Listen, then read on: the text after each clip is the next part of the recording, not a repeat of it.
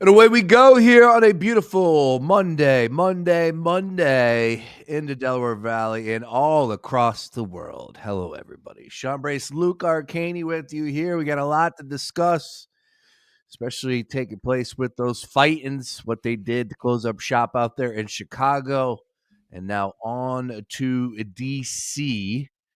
For three. Again, a lot to discuss in the world of Major League Baseball. Actually, it's at home. I apologize. I wasn't sure if they were going to DC or not. At home, back at home, 6:45, first pitch tomorrow. We'll recap what did take place in Chicago, talk about some of the issues that are plaguing with this team. But I'd like to focus on some of the good, Luke, because we did get some good performances yesterday. And as I said, it was a winning series in Chicago, taking 2 or 3. Yes, it was. I treated that game last night a little too much like a playoff game. Sure. But no, Everybody it was did. good. That was a series that they really needed. They need to see one go through against a good team, especially obviously after the last week, specifically that Mets series. So yeah, they needed a good one.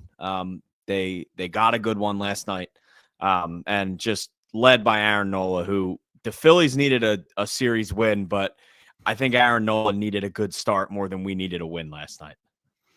Yeah, and that's fair to say. Like, we've been discussing, this as his worst start since he's been in the pros, since he's been with the Phillies, and he just felt like it hasn't been that bad, but it hasn't been good. Let's just put it that way. And I felt like eventually he's going to get through it.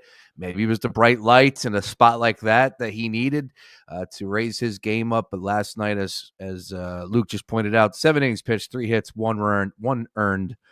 6 strikeouts, 0 home runs given up in that. Romano, come on down. 1 inning pitched, 1 strikeout. So he got the job done there. Alvarado. I am monitoring the Jordan Romano.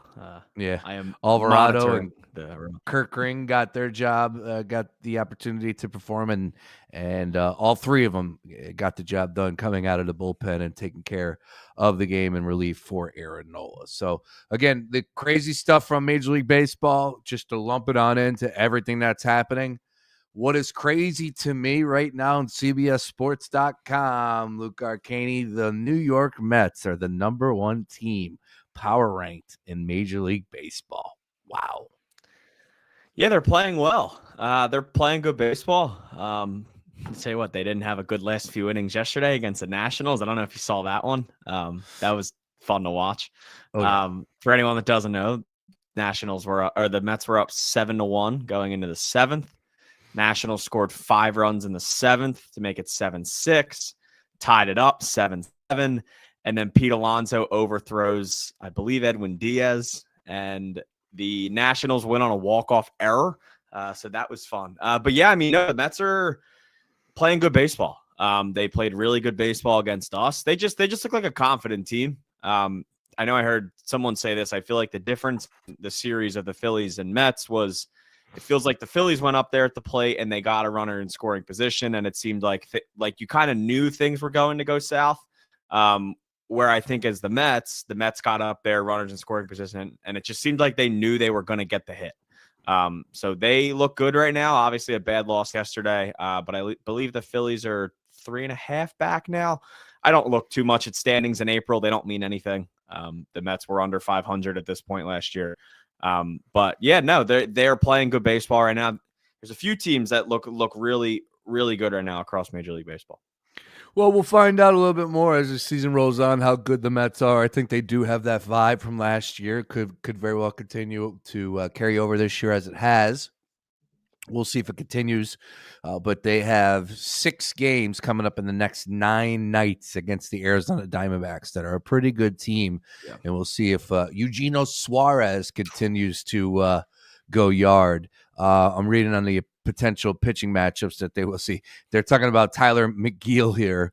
He is 1.09 ERA. Cy Young Award winner Tyler McGill whenever he faced the Phillies. What's his number for that award? Any idea? It can't be. It's got to be juicy. But I'll tell you what, I'm not putting money on Tyler McGill. It's got to be really good though. It's got to be a crazy number. Right now, Skeens is your favorite, plus 175. Yamamoto 5-1. Hunter Green plus 550. Miguel, who leads major leagues in ERA. I can't even find him. Yeah, no, exactly. That's when I pull out the it's early card. Exactly. There shouldn't be odds for him right now. I am I think surprised there they have should no be. odds up. I think there Yeah, should be. I am a little surprised that they have 0 odds up, Am but I they're just trying to missing it? save people money. They got Senga in there at 25-1. Do they have Luzardo odds up? Just curious. Do you see Luzardo odds on there? I gotta look real quick. Yes, Luzardo's 22-1. Huh. Robbie Ray 60-1. Sale. Tyler Glass now. No McGill. Am I tripping? I'm not seeing it. Wow. No, All I right. got nothing. Okay. Nope. I mean, if you're gonna flex me a 200-1 ticket, I might take a shot on the guy with a 1.09 ERA that spits and lights out right now. I mean, how does Taijuan Walker have odds, but Tyler McGill doesn't? That's what I mean. I must be well, whatever. We're live right now. Who cares? We'll keep. No, it you're moving, not missing anything. He's not on. No, there. He's not on there. Wow. Nope. And if you do have a Taijuan Walker ticket, go get your head checked. All right. If you want to place Tyler McGill odds, you got to go get your head checked too. I believe that would say touche on that one. All right, let's go ahead and ask the question about the Phillies from the weekend. The most important thing that somebody needs to know from the series against the Chicago Cubs, of course, they played 3 out there, started on Friday. True story. Saturday afternoon, had a little bit of an early start, got home. Friday, we were all out. We were running around like maniacs on Friday. Saturday, I get home, put the TV on. Had no idea I was watching the replay from Friday. So I'm sitting there going, wow, the Cubs or Phillies are terrible. And I'm just like falling asleep, wake up, game ends. I text the group. I'm like, well, Phils suck. And then everyone's like, what are you talking about? They haven't played yet. I'm like, oh, it was the lead in. So it was they terrible. Lost 4-0 again with the same pitchers that pitched last night. I didn't get an opportunity to watch the Friday game, so it was all new to me. And it was ugly. So, but they bounced back in a big way. Saturday victory, Sunday victory here. One big thing for the people out there that might have missed the Phils series against the Cubs this weekend. Right now I'd say I thought it was a really good series from the bullpen. I think top to bottom, I thought it was really good. Listen, I never sold any of my stock. I bought a lot in the offseason. I'm still buying that anybody wants. Jordan Romano. That what we saw last night was the 2021 Jordan Romano that the Phillies hoped they had. The issue with Jordan Romano at some points can be he's only a 2-pitch pitcher. When you're a 2-pitch pitcher, if one pitch isn't working, there's a very good chance the other pitch isn't working. So his fastball to slider sort of, I would say, comparison this year hasn't been great. He had everything working last night. He was sitting around 96, 97 on the fastball. He had a ton of bite on the slider. Being able to bring him into a game confidently against the Cubs and getting through that and logging, I believe, his first save as a Philly, that was really big for him last night. I think it was big, and I love that Rob Thompson gave him the chance and still had the confidence in him. I'm really happy that he didn't try and go to like a Jose Ruiz there. I'm happy that he trusted the guy that they signed and went for it. As far as some other guys in the bullpen too, Romano looked good. I thought it was a big outing from Kerkering yesterday. He got through a nice chunk of the Cubs lineup. He's been struggling a little bit the last week or so, I would say. I really liked what I saw from Joe Ross on Saturday. I think that was. That was also kind of the Joe Ross that they wanted. The fastball bit and everything else I thought looked really good. So maybe this series is some bit of a turning point for them. Do they need another arm? Absolutely. I would love for them to get 2 more. I will say, note, keep an eye out for Seth Johnson down in AAA. We acquired him in the Gregory Soto trade last year from the Orioles. He made a spot start last year, got ripped up. He's been a starter. The Phillies started throwing him out of the bullpen around 2 weeks ago. There's some buzz that he could maybe be that call up. he's definitely, I think, has the best shot, either him or Joe Kunal down there. Those I would say are the two guys I think that could maybe get a call up at some point. But Seth Johnson's sitting around 97 out of the bullpen right now, down in AAA. His only issue ever has just been his control. So if they can sort of get that down, I think that's probably the call up to look to in the near future. But yeah, this team, this bullpen had a really good weekend. And I think getting to match up now against the Nationals is really big for them. It's nice to not have a great team on the other side of you after that, because I think this is more of a time where they can continue to build confidence. This is a game where they can get Romano in sort of later in the game again. Just try and get him back into the high leverage situations, because I think that was a really big move for him last night. And I think it was a huge inning for his confidence. All right. Luke Arcaini, of course, does a great job covering the Phillies for us here on The Gambler. Read them over at crossingbroad.com. What's the next piece you got cooking up for the boys over there? I wrote some Nola stuff this morning. Nice. I really liked, I know we talked a little bit about it, but I really liked what I saw from Nola last night, specifically his cutter. That's been the pitch this year that's really screwed him. People have just been tearing it up, and it looked really, really good last night. So that was good to see. I know Rob Thompson did those ESPN in-game interviews between innings. I think he did it like right before the 7th, and he said that this is the best that's looked for Nola all season. So obviously off day today. I'll be down at the stadium Tuesday, Wednesday. But yeah, just getting things back in the swing. I think this was a big weekend after a really rough early of the week for the Phillies. Obviously that Mets series, they get swept. It did not go good. I had basically a therapy session on the podcast, the most recent episode after the Mets got swept. And I was basically just sitting there lounging back in my chair, just ranting for about 40 minutes. And they flipped the switch this weekend. So hopefully they can run with it. But this was a very nice weekend for them. And I think one to really get their confidence back as a whole. Speaking of confidence, Alec Boehm back. He had the 10-game hit streak. He had one hit on Saturday, nothing on Friday, nothing on Sunday. But are we slowly but surely drying out with the Alec Boehm concern?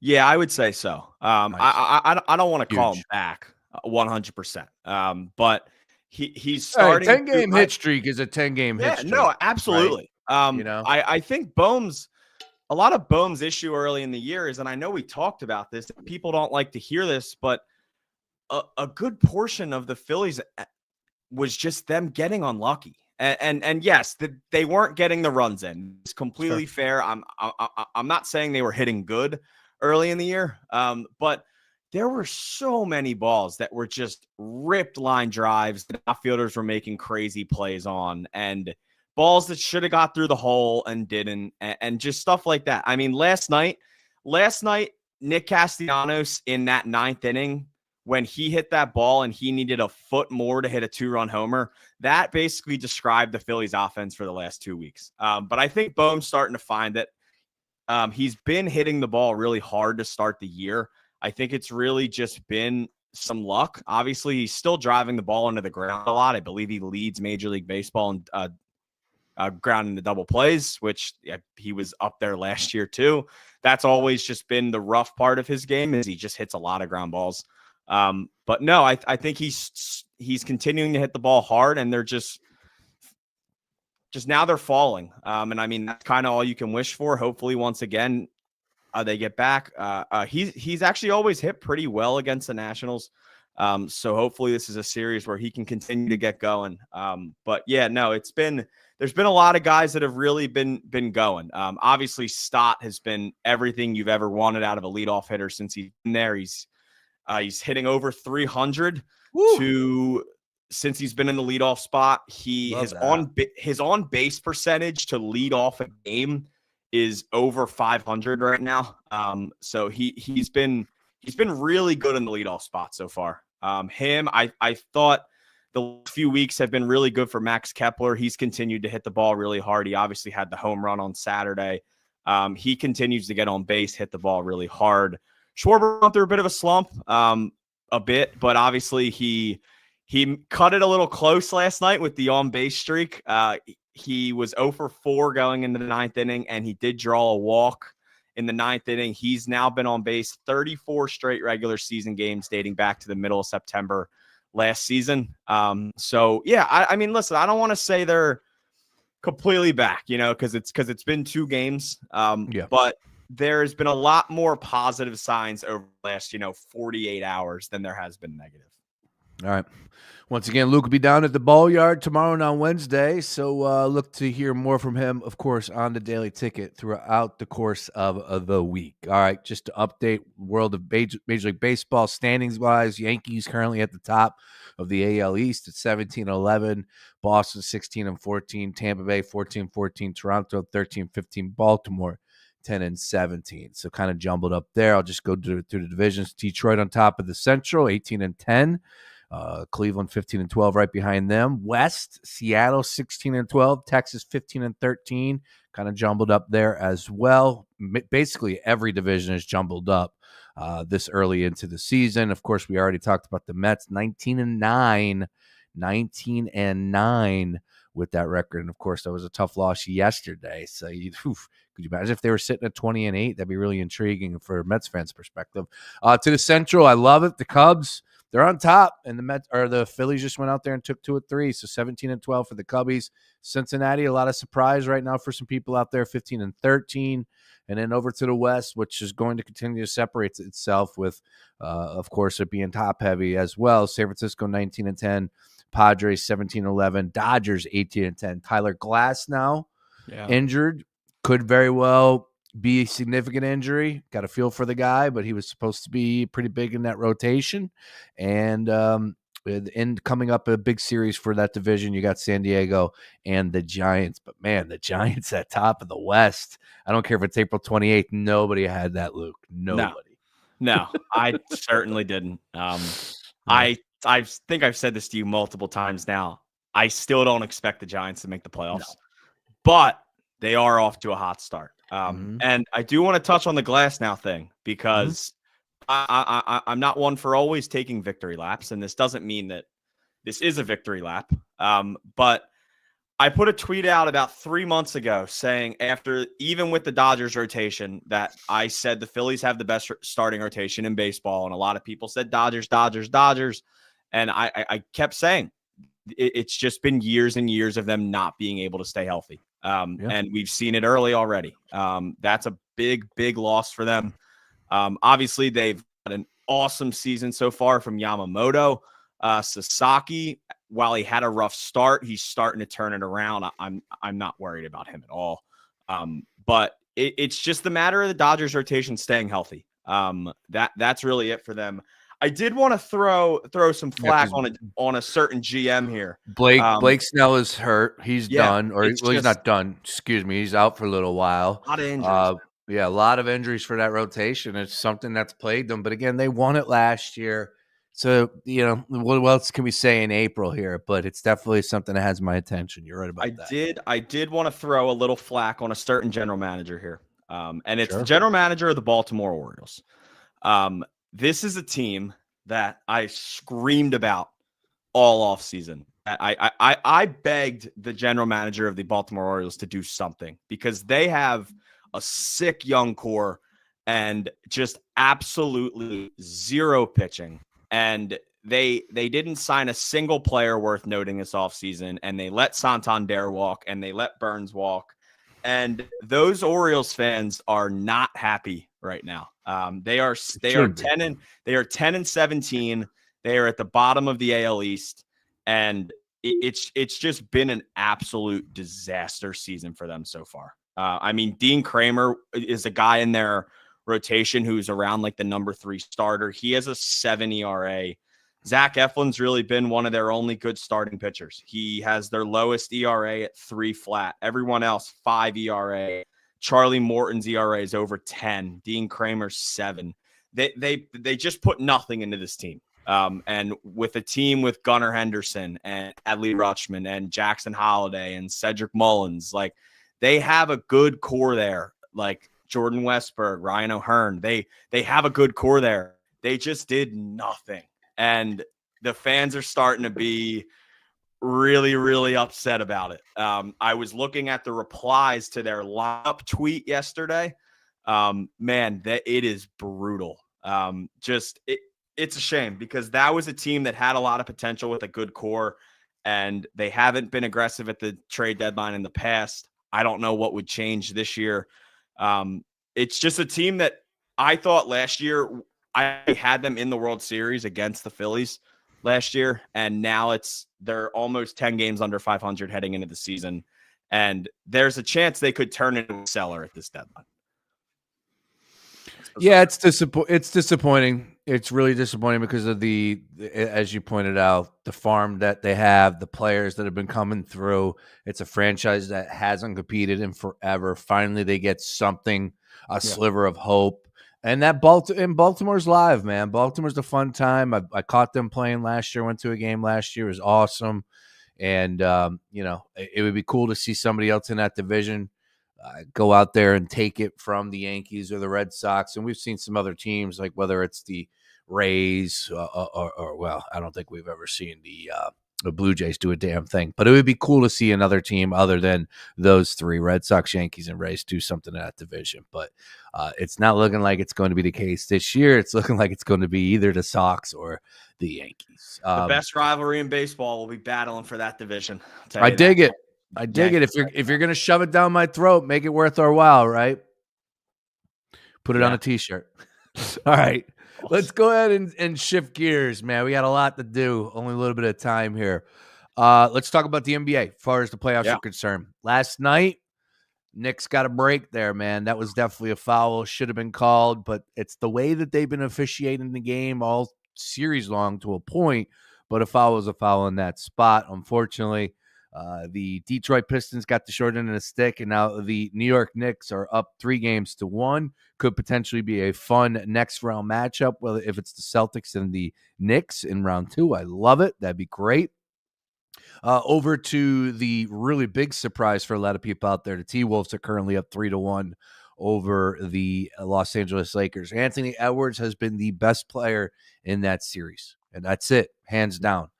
You starting to see a little bit of father time catching up with LeBron James. Of course, he's playing all those minutes yesterday, and that was a mistake by J.J. Redick. Don't understand that, but at the end of the day, I don't really think it had much. Well, they were leading, so it could have played into it, but he decided to roll with his guys, give them an opportunity. No one wanted out, and JJ thought that was the right call. And still, though, Minnesota wins 116-113. And as I said, Anthony Edwards has been the big story there.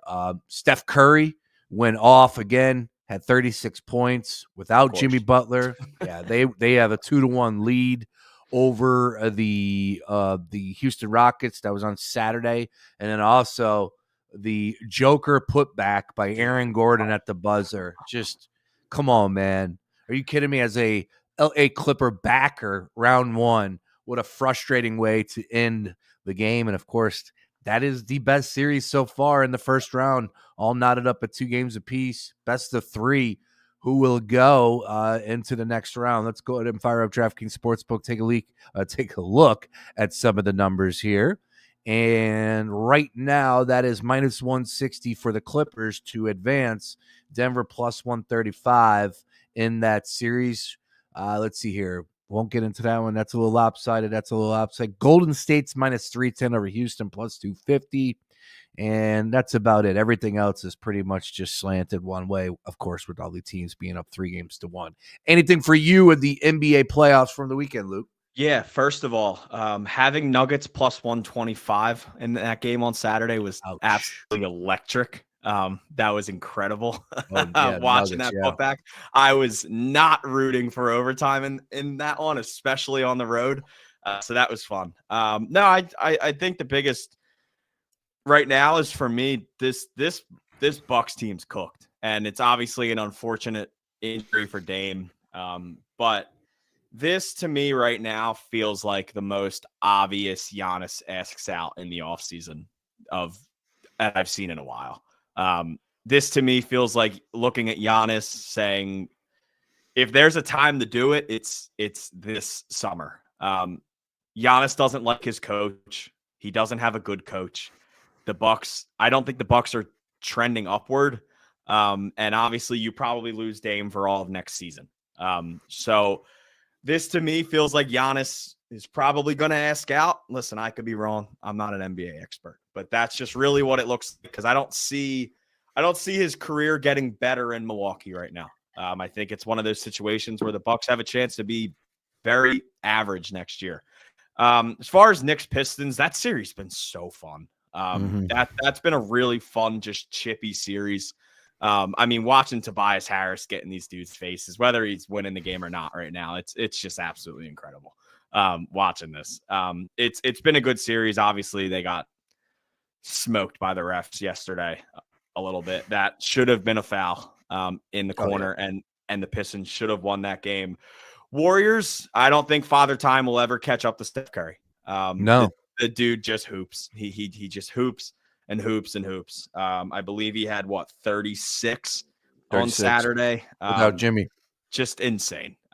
He's just it's the same thing as LeBron. It's just, you watch these guys and you're like, when are they going to eventually take a step back? And then LeBron goes out in game 3 and drops you 38 and 14. The other night he had 27 and 12 at 40 years old. Obviously they lost the game. But yeah, as far as the whole JJ Redick thing, like, I don't know what you do there. Like, if you're in a tight game in the playoffs, you can't take LeBron and put him on the bench. Like, I get it's tough, and I get LeBron at 40 years old probably shouldn't be playing 46 minutes, but he looked tired. I don't know how you justify, but even if LeBron looks tired, I still don't think LeBron wants to come out. And I don't know if I'd rather take based off that Lakers bench, I think I'd rather have a tired LeBron than a ready to go other guy on that bench. Like, I don't know how you justify taking LeBron out of that game. I think if JJ Redick takes LeBron out of a playoff game, that's a very close score with 8 minutes left in the fourth quarter. I think Lakers fans are probably going to be ready to kill him. So I don't know what you do there. Like, I think it's tough. Obviously he looked tired. But it's also LeBron. So, like, how do you take LeBron out of a tie playoff game? Well, it's look, at the end of the day, it's unfortunate because I have the final score in my hand. So it's easy for me to sit here and say, well, and they were winning and he looked tired. So did Luka. I don't know. They were going over some numbers today on Get Up, and it's like, it's never happened before. Just keep not substituting in the second half of a playoff game. It's literally never happened before. And here JJ Redick is saying, you know what? I'm going to roll the dice with my guys. I think that we have enough to go out there and get a victory. And they needed to have it. Now 3-1. You want to talk about something that doesn't happen often. I think it's only happened 13 times in the NBA playoff history where a team that's down 3-1 has come back to win the series. 13 times out of all the NBA playoff series that we've had. LeBron has done it before with the Cleveland Cavaliers. But man, you're looking at a T-Wolves team right now that was disrespected, that has the best player on the floor, that has a better bench, a deeper starting five.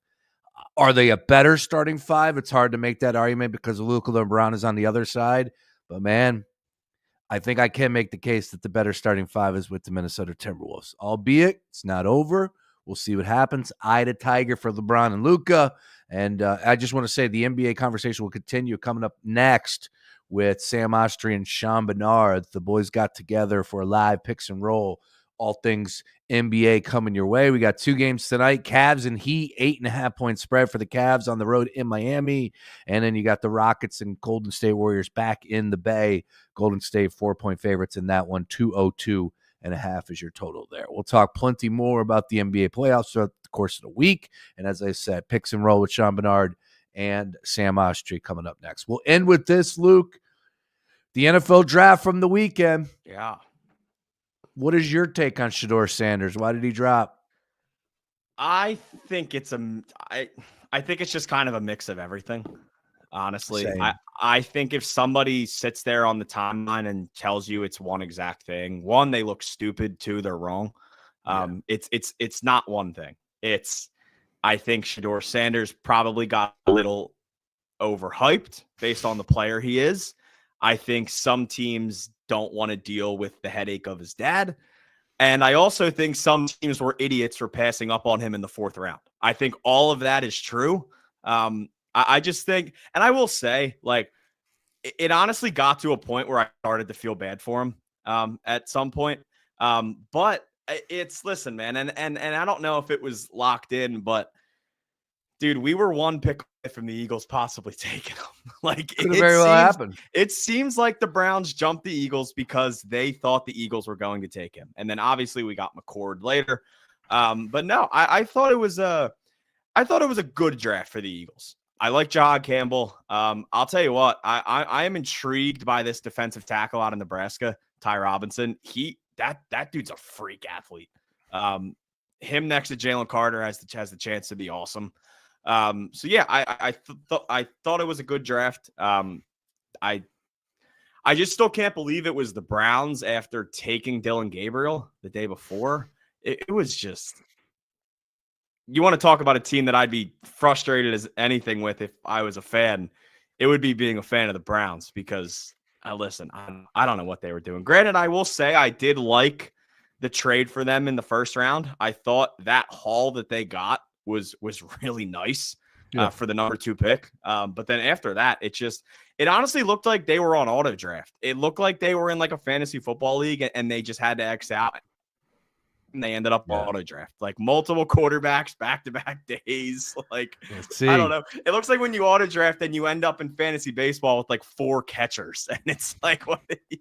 Stupid. It was weird, man. I don't know. Yeah, look, we'll talk more about the draft this week when Mark Henry Jr. joins me. Of course, we'll dial in a little bit more and with beef up front, of course, with Ryan Coyle and Nick McClay. Those guys will be recording tonight, Bending the Edge, a big recap on all things NFL draft as they were getting us ready.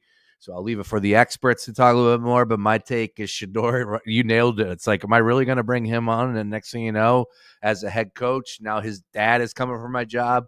Oh, by the way, he's overhyped. Definitely agree with you on that one. And, if you're going to be a backup quarterback, I don't know if that's the type of energy I want in my locker room or from a rookie if you're going to be the backup. Like, granted, I will say Caleb Williams, that's fine. But yeah, you have to and I think if the Eagles desperately needed a quarterback, I think the Eagles are a franchise that can change a kid like that and, maybe make them a little more humble and into the game, because I think it was pretty obvious that teams weren't happy with just everything about him before the draft. It seems like the meetings didn't go great. And this comment that still sticks with me was from, I think it was like a year and a half ago, when his dad basically came out and said, well, there's a certain list of teams that I want my son to go to. Like, that for me is just like that's a headache I don't want. I don't want anything to do with that. And if the Browns do, then Godspeed. Because it's funny that they took Dylan Gabriel in the 4th, got Shedeur in the 5th. And based off that quarterback room, I still think there's a very good chance Shedeur could be their week 1 starter. Like, you just don't know. That kid could come out and look really good in camp. And a lot of teams will be kicking themselves maybe that they didn't take him and risk the headache. But for a team that just won the Super Bowl and has their quarterback and their offense lined up for the next 5 years, I am okay with not having that headache. We did it all. We hit on a little of everything from the weekend. Be back in the grind tomorrow. Looking forward to it. Big day on The Gambler, but the conversation rolls on. Coming up on the other side, Sam Ostry, Sean Bernard on all things NBA playoffs. Luke Arcaini can be found on socials, Arcaini Luke. Check out the pod, Luke and I on the Phillies, and make sure you read everything over at crossingbroad.com. Get involved in the conversation with anything you like at foxphlgambler.com. Give us a follow and tell a friend while you're there as well. For Luke Arcaini, I'm Sean Brace. Everybody, enjoy the rest of your day. Picks and roll is next.